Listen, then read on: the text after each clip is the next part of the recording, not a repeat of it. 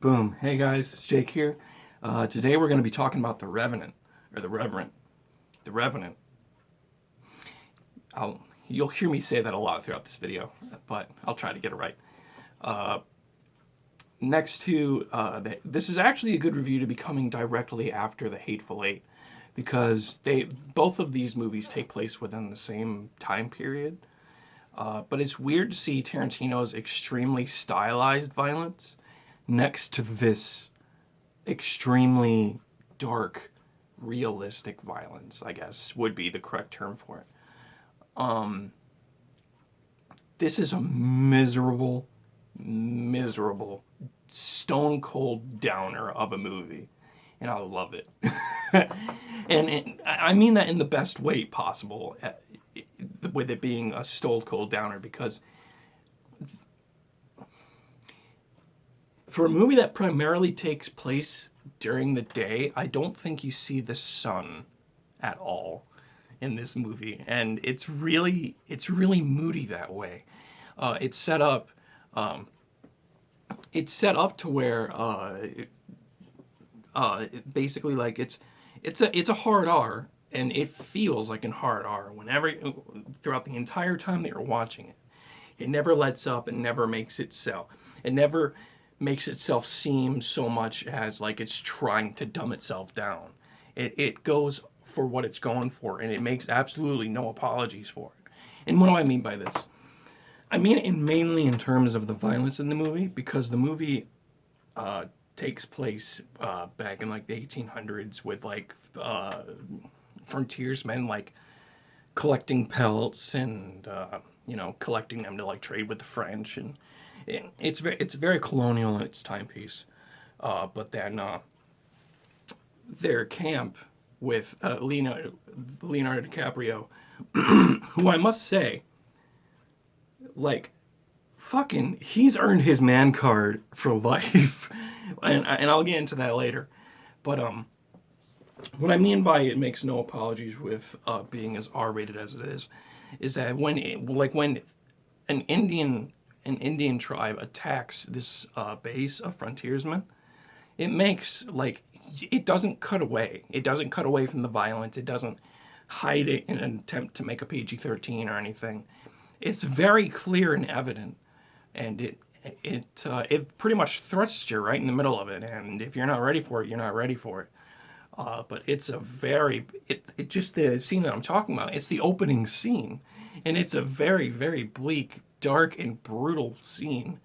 One of the most brutal moments in the movie.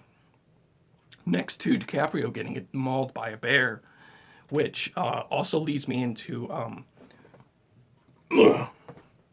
excuse me. The special effects in this movie are phenomenal. Like when DiCaprio is mauled by a bear, it's the most realistic bear attack I think that's really ever been put on film, because it's quick, it's brutal, and it doesn't shy away from anything. And like DiCaprio is just like trying to live throughout this attack, and each time that like the bear starts to leave him alone, he'll like take out his rifle and attempt to shoot it, which provokes the bear even more, and it fucking attacks him more. And like, ah, and then, well, I don't want to spoil that scene, but after that, DiCaprio doesn't really talk for a lot of the movie, and when he does have a chance to talk, he doesn't really sound that well, because the bear like slices his throat, so he's having trouble talking. And even then, I don't want to spoil through what happens, but what happens to DiCaprio in this movie is such a testament.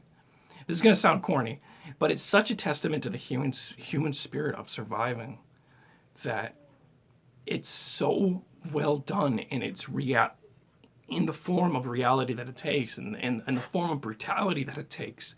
It's so like there's not like, obviously the animals are fake and CGI'd, but nothing about this movie feels fake. And from the interviews that I've seen with DiCaprio, apparently none of it was. Like the film was shot on location. That's real snow that they're covered in. That's a real bison liver that he has to eat. Like, everything about this movie feels so there. It feels like it's there, and and the fact that you may know that it's there, like that's really how it's going. He's really like panda bearing. That's what it's called, I think. Polar bearing, polar bearing into ice cold water, and that's real ice cold water. Like DiCaprio's earned his man card for life. Like you're watching The Great Gatsby, fucking go through trials that would kill anybody else, both emotionally and physically, and it's just a wonder to behold. I really hope that this movie does get the amount of awards that it deserves and the recognition that it deserves. But also, unfortunately, this does kind of fall into the trap that The Hateful Eight falls into, where it's such a good movie that you don't want to ruin it by talking about it too much. Every event that takes place in this movie is very significant to its central character development, and just with it being a viewing experience overall, it is really best if you see it yourself. So I feel like I should leave it at that. I heavily suggest seeing this for yourself, even if you're squeamish. Suck it up and fucking and go see it regardless, because it's a phenomenal period piece, I guess would be the correct way to say it. It's a phenomenal period piece. Tom Hardy, Leonardo DiCaprio. I don't know the boy's name that played DiCaprio's son, but he did phenomenal as well. Everything about this movie just screams real. It feels it like you get a real like gut punch feeling when you watch it, and that is enough to see it all by itself. But yeah, I don't want to ruin it by talking about it too much, so I'm just gonna leave it at that.